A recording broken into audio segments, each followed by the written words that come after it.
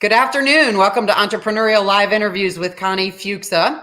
Today, I have the absolute amazing pleasure to introduce you guys to somebody that I met several years ago, who is a national speaker and trainer of all things real estate, mortgage, title, all different areas. This guy coaches people, he trains people, he has so much energy, and I personally have learned so much from him, and I'm just thrilled that he agreed to speak with us today. So today I have the distinct pleasure of introducing you to Jeff Lobb. Jeff, thanks so much for being with us. Thank you. It's my pleasure, of course. Thank you. Honestly, this is so great. I'm just thrilled. I'm just so energized to have you with us. I'm thrilled. Look, any opportunity to be present and kind of talk about what's happening and where we're going is just, I'm thrilled to do it. Thank you. Awesome. Thank you. Well, Jeff, so instead of me explaining your extensive bio and information, share with us a little bit tell us who you are, tell us where you came from and what you're doing now, and maybe some of the experiences that you've had. Because what we're trying to do with this great series is, it's all about sharing an entrepreneurial experience. And, I do this because I feel like there's so many people out there either running businesses or being a leader in a business or running a business inside of a business, and they run into some struggles, run into problems, bumps, and just don't know how to get through those things. And so I'm really excited for you to share your story with us today. Sure. Well, I've been in the real estate space for a long time, since probably 1988, 89 is when I really started, and you'll start to see some of the gray hairs from that time. I mean, I'm growing a little scruff for our little hiatus that we've been taking lately, but been in real estate a long time.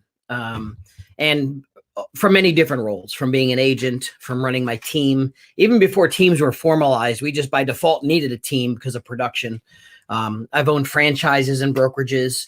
And then I was an executive for a large franchise brand when at the time we had about 700-800 offices throughout North America. Spent a lot of my time on the road speaking and training at those days. And I think what happened is, because of my title at that time, where I got a lot of notoriety for being on stage or in front of people, my title was more tech driven back then, like vice president of technology and sales or whatever. But realistically, and I think I was put into a tech box because back then tech was like the big thing, like technology was just starting to evolve, right? I came from when the fax machine was born to where we are with iPhones and mobile. But it's always been about sales and marketing. It really always has. And it's funny, a lot of people don't know, just before I got into real estate, my first real sales job, and I got into real estate young, I was in college. My first sales job was in college also. And I was in sales in the Caribbean islands. I lived in New Jersey, still do. And I flew to St. Martin and then to Aruba. And I'd commuted during my college years as an entrepreneur, knocking on business doors, selling radio advertising for a show that was based in the US and in New Jersey. So I've always been in sales. As things evolved in my real estate career, and because of the titles that I've had, technology was more of the box I was put in.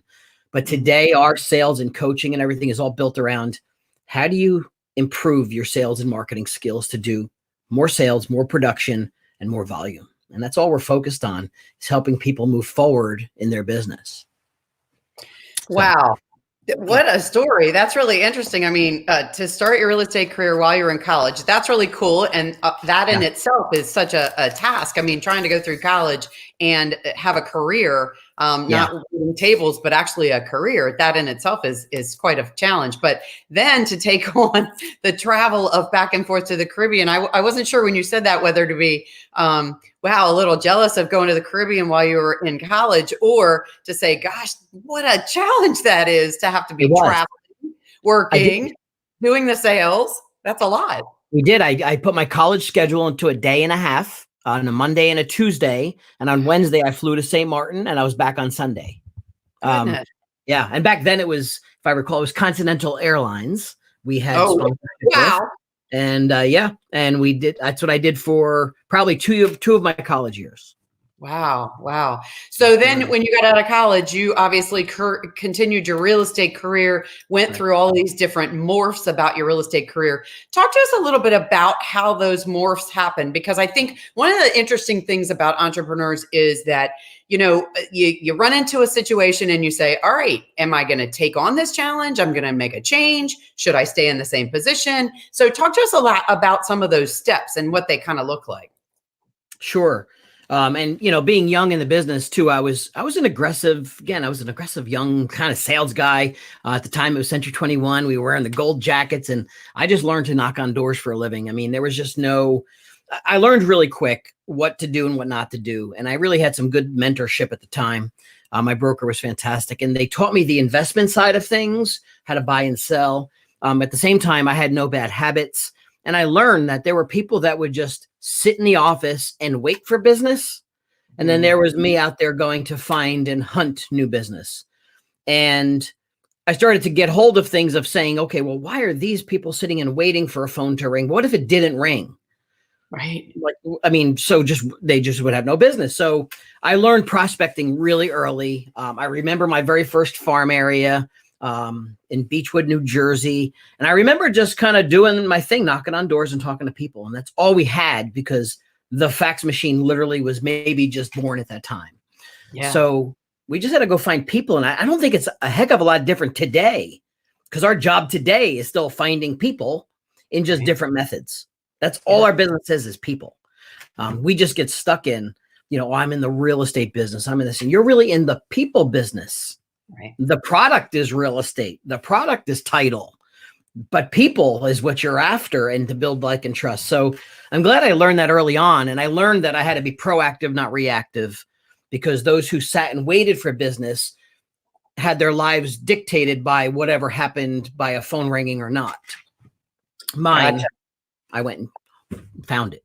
I still do that. Gotcha. As I'm just writing some notes here, but you touched on a point, well, several points that I want to get to, but one you touched on first was about mentorship. And so I love this conversation, because this is a piece that is so interwoven in almost every conversation that you have with, an entrepreneur that's been doing something for a little bit of time. They figured out this concept of mentorship. Tell us a little bit about your mentor, why you had a mentor, how you sought that out, maybe, or maybe didn't, but then found out how valuable this was and how that made some changes in your life and your career. Yeah. I mean, I've had a lot of mentors, not even titled that, just, I can look back at they were just mentors because they were just good leaders. And just some by default. And my old broker was one that at the time, remember that time frame, and many people don't remember. So let me just clarify. In the late 80s, early 90s, we were selling homes in the 14% interest range, investment properties. There were a lot of people doing flips and stuff. And if anybody remembers that time, I had this one woman that took on a lot of investment properties in our brokerage. And for whatever reason, she took a liking to me. And I'll never forget her for this, because she allowed me to kind of sit in her own little world, watch her buy properties, watch her flip properties. And while I wasn't involved business-wise with her, she allowed me to watch it. But then what I also watched was a lot of mortgage fraud, a lot of things collapsing. And she also allowed me to stay in her world. And I truly watched her world and her business, personal and business, collapse. She was in deep with mortgage fraud, not herself, but the mortgages she was doing. All the property she had ended up in foreclosure. She lost her house, her cars. And I remember, and I always just say, why would she allow me to watch this, But she took me under her wing, and I watched her collapse. I watched her build millions, and I watched her collapse. And I ran into her 5 years later, and she was literally working, as a dog groomer, scrubbing dogs and cleaning dogs, and just surviving. And you know what? She was still the one that came over and gave me a hug and respected her. And I offered to help her any which way I can. But having someone that allows you into that space, when everyone's riding the wave up, it's a proud moment. But when you're collapsing and crashing and burning, very few people want you to see that. Yeah. And I was firsthand at a young age to watch that collapse of many people collapsing, because it was a big crash at that time too. So we've survived some crashes, but I'll never forget it. I'll never forget that person that allowed me to see that and be a part of it, because you can't learn that in a book. That is stunning. I mean, you're absolutely right. Who lets you watch the downside of things. And I think that's one of the reasons that I started this whole series, is because I think as we run into these struggles, people are afraid to let anyone else see anything, because we're so afraid that somebody will think that we're not smart enough, we're not worthy, maybe we can't hold our own, or maybe we're weak. And so, gosh, how powerful is that she let you walk through that experience with her, and how profound, because it certainly taught you a lot of lessons, I'm sure. Oh, you have no, I mean, just watching, the problems with some of the flipped property she was doing, and how much debt she was carrying. And she probably would have been okay had mortgage companies not committed certain frauds and loans that were going bad and whatever it was, which was part of the big collapse. But, over the course of 30 some years, I've seen many different market rises and falls, which we've had to pick ourselves up. I think I've been through probably 3 major market shifts. And I tell people live from the stage, no matter how big of an audience or how small of an audience, I've told people that have been in this business a long time, I've crashed and burned in my real estate career twice. One really bad, and one, picked myself back up, but I've rebounded from all of them. And there's times where people can appreciate the transparency, because some people are right on that teetering point of, am I going to burn out of this? Or where am I going in the next 5 years? Because they don't know what's coming down the pike. So I think I help a lot of people by understanding that, look, we all have our peaks and valleys. I've been through 3 crashes and 2 burns in my own careers. And somehow we get back up and we keep going. That's so profound right now, particularly because, I, like you, lived through all of those as well. I mean, when I first started in the real estate world, it was in 1986, 1987. So absolutely. My first house was 19%. So I totally get it. But right now, it's so profound to have this conversation, because there's so many business owners, period, not real estate, not mortgage, maybe, or title, maybe, yeah, but so many people that are trying to figure out, oh my gosh, what's going to happen to my business, or what's going to happen to my career through all of this. And I love how you're sharing that even though those things happen, you're still going to get up. You're still going to keep going. Life is still going to go on. It's how you decide to handle it that's the most important. Yeah, and I guess the advantage we have now, and let's face it, you can't, like I said, you can't learn a lot of this in a book. It is unique experience, but there's so many businesses right now, even in the mortgage, real estate, and title space, that when you look at it from the outside in, because obviously we can see it from the outside in and what we do for a living now. Yeah. Is there so many things they can be doing to enhance their business and grow their business, but it is outside the box, and so many don't want to look outside the box. And outside the box is the way people are growing during a time, right, even now, where we're in this crisis mode. We're working with clients right now that are planning to come out even bigger and better, versus those who are sitting around waiting, scared, and in fear. We've got people using this time as a planning phase, as an execution phase, as saying, if we're going to go through change now, let's go through it all. So when we come out the other side, we're going to have a bigger and stronger plan, versus those who are intimidated and just kind of waiting. Absolutely fabulous. You're absolutely right. And a lot of people are saying these things, but coming from someone like you're sharing your own experience through some of these things, it has even so much more meaning for people to understand that it does happen. It is okay. How are you dealing with it is the most important side of this. So how are you going to make that better?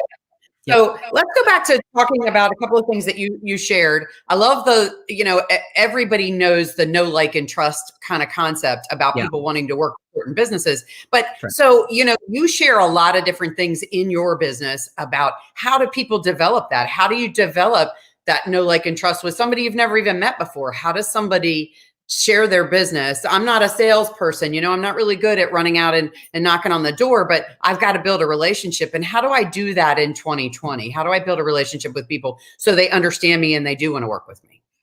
Yeah, I think there's 2 major factors that I try and talk to people about. It's emotions and logic, which are the 2 things that most people make any decision based on. Emotions usually is what drives the decision. Logic kind of justifies it, right? And in today's world, we're so much more of an emotional world right now, between social media, and you say one thing and you've got 10 people ripping you apart and sharing an opinion, and then 5 people disagree with you, want to argue with you. so I think today when it comes to sales and trying to get people to like and trust, it's how do you connect with them on an emotional level that makes them feel comfortable? Everything's about how people feel. Just like also, if I don't feel like getting up to go to work today, I'm not going to be very productive. So what makes me feel like I matter or like they matter? And in today's world, I think people want to matter. So part of that trust is, what are the things I say and what are the things I do specifically to make them feel not only that they're the most important thing going on right now, is that they matter and that I care. And that's, if I could just keep that perspective, trust follows that if you do all those things right. But it takes a lot of time because trust isn't an immediate. It's not like I got a Zillow lead and they trust me, right? I still have to do the dance of making sure that just because they're one of many call-ins, how do I make them feel? Because when I'm off that call, they're saying something about me. They're either going to call me back. They're saying he actually knew a lot. He was pretty smart. I want to work with him, or not. Because it's funny now, we listen to a lot of phone calls too of some of our clients. Yeah. Connie, you would be shocked of listening to just people's phone calls. People they don't know. I mean, a lot of these big companies record calls and give you the opportunity to listen to them. And from a sales perspective, it is just horrifying what people are just not saying bad things, but just acting uneducated, questionable, not savvy, and I could just hear the consumer on the other line saying, "What do you like? Is this what you do for a living? Like, how do you not know this stuff? Like, who are you? Like, why did you even take my call? You know nothing. You don't even know the area. You don't even sound like you know the area." And it's just, I can understand why people get frustrated on the other end. So we have so much work to do with the shift of how people feel and how we make them feel, even if it's a strange one-time phone call. It'll dictate whether they call you back or not. So talk to me. This is really great stuff. I mean, the caring part is so important. At the end of the day, we all are responsible for helping someone else and caring about someone else's project, someone else's result, someone else's activity. And that ultimately, we all know this. This is very common stuff, but we forget that it's not about me. It's about you. I want to know about Jeff. I want to understand what makes Jeff tick. These are the things. Caring about that person and about what makes that person tick is what helps you be a better listener, a better person for them to work with, because you understand about that person, listening, genuinely understanding. So I love that information. One of the things I'm looking at my notes that I wanted to talk about is about being proactive instead of reactive. You mentioned that as well. So give us a little bit of what is maybe something that you could tell us is something that we could do right now, being proactive, coming out of this craziness instead of sitting back and hoping that everything just goes back to normal, which it's never going to do. And we all know that. Right. I think so. My thought on what comes to mind first is the proactive approach I think about is whether now we're limited to what we can do in person or not, that doesn't mean we can't connect and communicate with people. So my big foundation of real estate and career wise has always been, you've seen the books, Multiple Streams of Income over the years. They've written multiple books on that. And I've been a big believer of multiple streams of people. I have a talk that I do called 7 Streams of People. And what that really means is right now we could be building more relationships with people in different groups, meaning I could be helping, like if you threw me right back into real estate right this second, what could I be doing proactively? I could be working right now and helping the teachers in the school communicate better and learn how to use Zoom and learn how and build a relationship with teachers. Now, you might say, Jeff, well, if you're in the real estate business, what are you doing that for? Because they're people that know a lot more people than I do. And if I can help them by giving value of what I can, I will be their first referral source. And I could do that with the local businesses in my town. And I could do that with my local mortgage company, loan officers. Yeah. And I could be doing that all now. And right now, I don't have to leave my desk to do it. Right. But I just have to want to do it. Knowing that. Right. I mean, that's part of the game. You're obviously being proactive to grow your business, but you're also caring about making sure you're trying to think about, if I care about somebody else, what can I do? What skills do I have that I can help somebody else be better at what they're doing? Ultimately, things come around circle because then they trust you, then they respect you. They appreciate the fact that you made that effort. 100%. And Yeah. the goal is finding other groups of people that you can help, bring value to, and be a resource. I love to use the theme, and we go down this path of, whether people are Apple fans or Android fans, whatever. But the reason I look at like a company like Apple, and I'm an Apple fanboy, to be honest, I got Apple stuff probably more than I need. But I'll tell you what, here's why a company like that became ridiculously successful. And I look at this as, how do we apply this to our business? It's not because they had a great phone or great software or great apps or whatever. It's because they became an ecosystem to my life. Mm-hmm. Meaning everything I want, I go through this device for. It's not because of the device. It's because if I want to text or email, I go here. If I want the web, I go here. If I want to buy something on Amazon, I go here. If I want video or a camera, I go here. So they became my gateway to all those things. So they became a valuable ecosystem.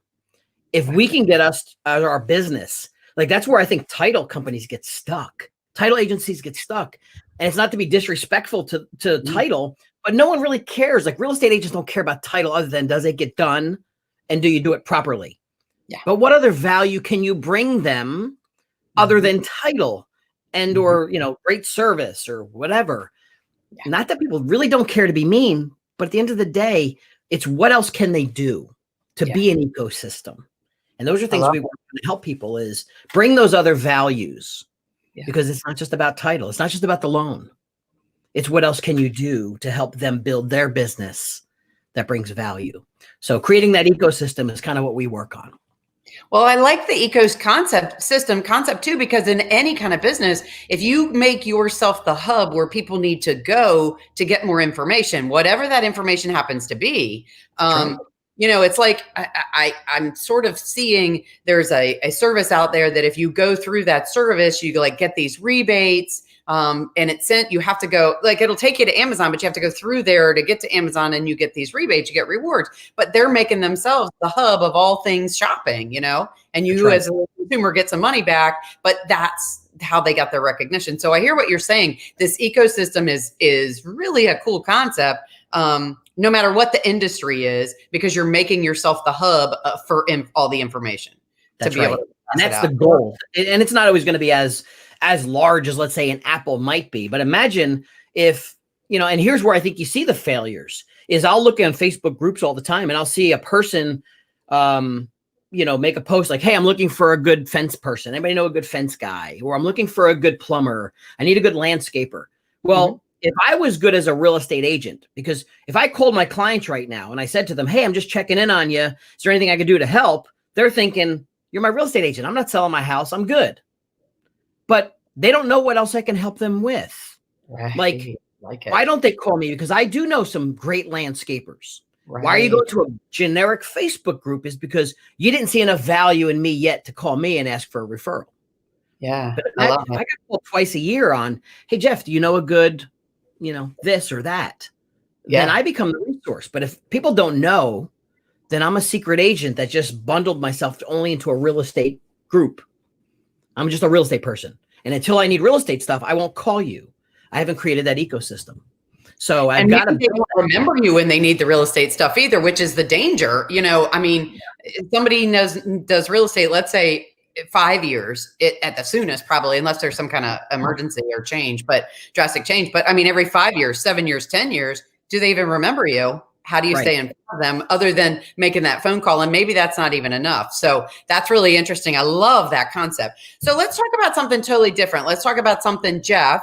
So what is the thing that you do in your business that is your aha, set your, the hair on your arms stands up, or your hair feels like it's on fire. When you do something in your business and you feel like $1 million and you're like, that's why I do this. What is that?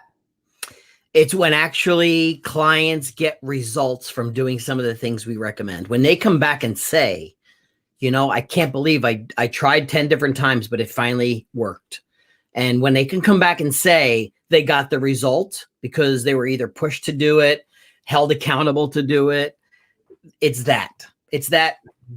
when they become happy and find the value in what they're doing. That makes me feel like, wow, okay, that was awesome. You actually did it. And sometimes they're far and few between sometimes too, because sometimes they just won't tell you it was successful. They'll just keep moving on. But when you could find that success of them executing strategies or growth in substantial amounts, it's a big win. That's what makes me smile. Very exciting. That's really cool. And I can just see it in your face as you're talking about it. How fun that is. Really neat. And I got to, there's always examples flowing through your head as I think about individuals we work with, or whoever it is. And it doesn't always happen. Let's face it, not everyone has similar successes. But sometimes it's the small wins. We focus on small wins because you're never going to always hit the home run. But if we can get small wins, you celebrate the small wins because they add up to such a big thing. And I've got clients that 3-4 years already, we've watched them double their business. We watched them open brokerages. We've watched them expand the brokerage. And it just, to look back 3 or 4 years to go, remember when? Do you remember? And it's like, yeah. And then some, a lot of times there's a lot of other factors in there too. Yeah, for sure. But at the same time, if you were a part of that success, it's what wins. And, and we do that with a lot of our clients. And sometimes you just hope they remember your help too, because sometimes you do get forgotten, in all fairness, when you started and they become such a big monster of a company. Sometimes you do get forgotten, but Yeah, for sure. And, to speak to that in just specific terms, look at you from where you started selling real estate while you were in college to now training nationally real estate companies across the world, speaking to thousands and hundreds of thousands of people I know on all different levels. So that is definitely a fact. If you could give a real piece of advice to up and coming entrepreneur, somebody who maybe has been in business for a long time and they've hit some struggle, or they just don't know where to turn, they feel like they're all alone. Maybe they're just like, all right, never mind. I think maybe this is my line. I don't know where to go now. What's your advice? What's Jeff's advice? I think that word mentor comes back to you. It's hard to find one sometimes when you need one. Sometimes they're not just like, there's no sign or label on our foreheads. But letting your ego go, put the ego down and allow yourself to ask people for help. It's the hardest thing I even had. I was there too. I was like, I could do this myself. I don't need help. I don't want to expose a weakness because people perceive asking for help as a weakness. But what I also learned is, I know what I'm really good at, but I know the other 90% of things I am terrible at, and I'm never going to be good at. It's not what I want to do. I'm never going to be good at it. And I got to stop trying to do that because it just creates too much. So when you got someone that's really trying to struggle and do all things, they need to learn to leverage people, because the only way you're going to get out of your stuck rut is people helping you out of it, or people helping you expand it. And we just sometimes let our egos get in the way. So I love this because, one of the things we do talk about a lot is the things that when you got into business for yourself and you started doing it, all the things, you had this great idea and, you were magical at it and you knew you could make it happen. But then there was all these ancillary things that you didn't know that you had to know. Oh gosh, how to pay the taxes and how to do payroll and how to write an article, or how to, all the different things, how to order office supplies, how to hook up, all of those things. And so all of those things that you may or may not know, and not being afraid to share some of that with other people. You need people. You need people, and you got the egos. One of my biggest weaknesses going through change and stuff was control too. I wanted to control everything. And I could still be a control freak. However, I realize that if I don't have the right people doing some things to help, I'll just be in the same position I've always been. There's no way I can grow and expand without people. Gotcha. So yeah, I love this. Jeff, if somebody wants to get in touch with you after today, how can they find you? I'm pretty easy to find. Just you could either Google me, easiest Facebook Messenger, Jeff at Spark Tank Media, a couple different ways. But we're just focused on helping people grow, scale, coaching, and strategies to move people forward. So Jeff at Spark Tank Media is probably the easiest. But yeah. Are you specialty in the real estate, title, mortgage kind of world, or can anybody with any kind of business contact you and No, well, we have been getting some great. I would love to have some expansion beyond that, and I've got some recent ones in some insurance companies recently. Excellent. some clients that have come from outside the space, from a golf community and some other things, because really sales, marketing, and social strategies really helps a lot of people. It's just where my baby has always been, is in tied to real estate, but a lot of it applies way outside. So you're welcome. 2 more quick questions I'm going to ask you. Number one, tools. What is probably the most effective tool you use in your business that you think would be good that somebody needs to know about? Right now, I mean, it sounds crazy, but not even just because of now, but always prior. It's been Zoom. I know. Zoom, don't we all wish we had stock in Zoom 6 months ago? Yeah, I mean, it's become a verb, but it could be any platform. But whether it's Zoom or another platform like that is because it's a visual platform. There's so many people that jump on conference calls that are doing 100 things, and you don't even know if I'm sitting at my desk when you're on a conference call. But yet, when I've got you here, I can read your smile. I can see if you're understanding. I can see if you're not even paying attention. But visual communication is so much more important today to really be effective. So it's not just because of the platform. It's because of that connection versus no visual at all. So to me, that's an important tool for me, regardless of the name of the platform. I love it. Yeah, I love that. I know you're, like I am, a huge proponent of doing live broadcast, live video, and that's exactly a fact. I love the fact that people need to see that you're a genuine person, that you really care, that you're engaged, and that you're real. You know, I mean, and one thing that this, if nothing else, this whole pandemic has done for us is bring all of the people that we always put up here somewhere else on TV. They're just human beings, and they're broadcasting out of their living rooms, and it's fantastic. And I love my very first visual of throughout of that was Jimmy Kimmel doing the live, and all of his kids were climbing all over his head, and he's real. This is what live communication does for us. It's wonderful. I love, as a matter of fact, this has been this has been refreshing in a lot of ways. Probably people don't talk about, but kind of what you were just saying here is it's for the first time we're starting to see like C-level executives that you would only see on a stage or in a suit, hanging out in jeans and a t-shirt in their backyard or at their kitchen, just being them. Yeah. And it's so refreshing to finally let that, you know, not that we need to be sloppy in our business, but it's okay to be home with jeans and sneakers and your dog and your kids running around, because that's who you really are. And that's where that trust comes from, is now I know you're a dad or you're a mom or a grandparent or whatever it is. That's the value. You're not a human being with no wrinkles and, no makeup on or no hair done or whatever that happens to be, or a little scruff from today's. Yeah. This is not normal for me right here. This is way beyond my normal. But you know what? It's where we are today. I'm cranking out presentations in the office, and it's what we're doing today. So, like I said, I don't really need to do anything special. It's just who I am. So do you have anything coming up that you want to share with us that you want everybody to know? Oh, yeah. I mean, the one thing I think I'm really riding strong right now is, and it probably was good timing, but it's been out before the pandemic, is we launched a platform called Coach 52. Okay. And Coach 52 is 52 weeks of on-demand coaching and strategies for the real estate industry at this point. But we've got people like title companies acquiring it to offer as a value to their agents, or we've got even insurance companies offering it to their real estate agents. It's a value proposition for brokerages to offer to their agents so that they can have consistent strategies and coaching at an affordable price point that's ongoing, doesn't stop. It's always evolving.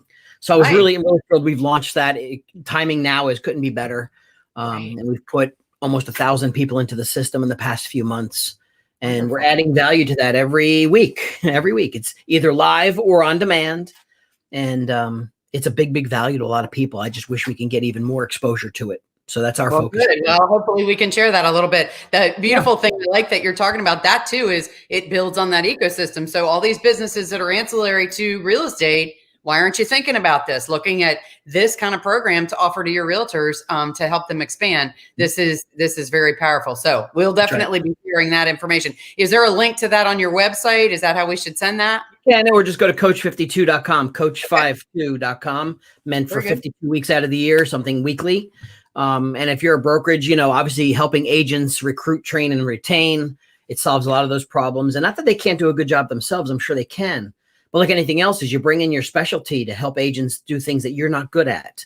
Yeah. And sometimes brokers are great at running the business, but sometimes the day-to-day strategies of how do you keep your agents relevant? How do you keep Yeah. them up to what's happening today? Don't worry Mhm. about that stuff. We take care of it. You run the business, and we'll help you with that. So yeah, I that's love what we it. That's focus on. fantastic. Yeah. Excellent stuff. Thanks. Well, Jeff, I Yeah. can't tell you how enlightening this has been, which I knew it would be. I Awesome. knew it would be amazing, but so very helpful. All of your raw information about struggles that you had and ways that you found the ways through it, information that you Yeah. shared. Also, just experiences through your many years of real estate and coaching. I just can't thank you enough for being with us today. I really, really appreciate your time. My pleasure. Thank you. It felt great having a chat with you, and it's really good time. Sometimes we all need to kind of just keep sharing stuff that's happening, keeping it real. Absolutely. Well, guys, I want you to check out Coach 52. Think about the evolution and being that piece of information, as Jeff talked about, and go into Jeff's website and check out some of the other pieces that he has available. He has been doing this for a long time, has lots of different areas that he can expose you to and share your information as well. So I definitely want you to check out his website. I'm going to add it in the comments.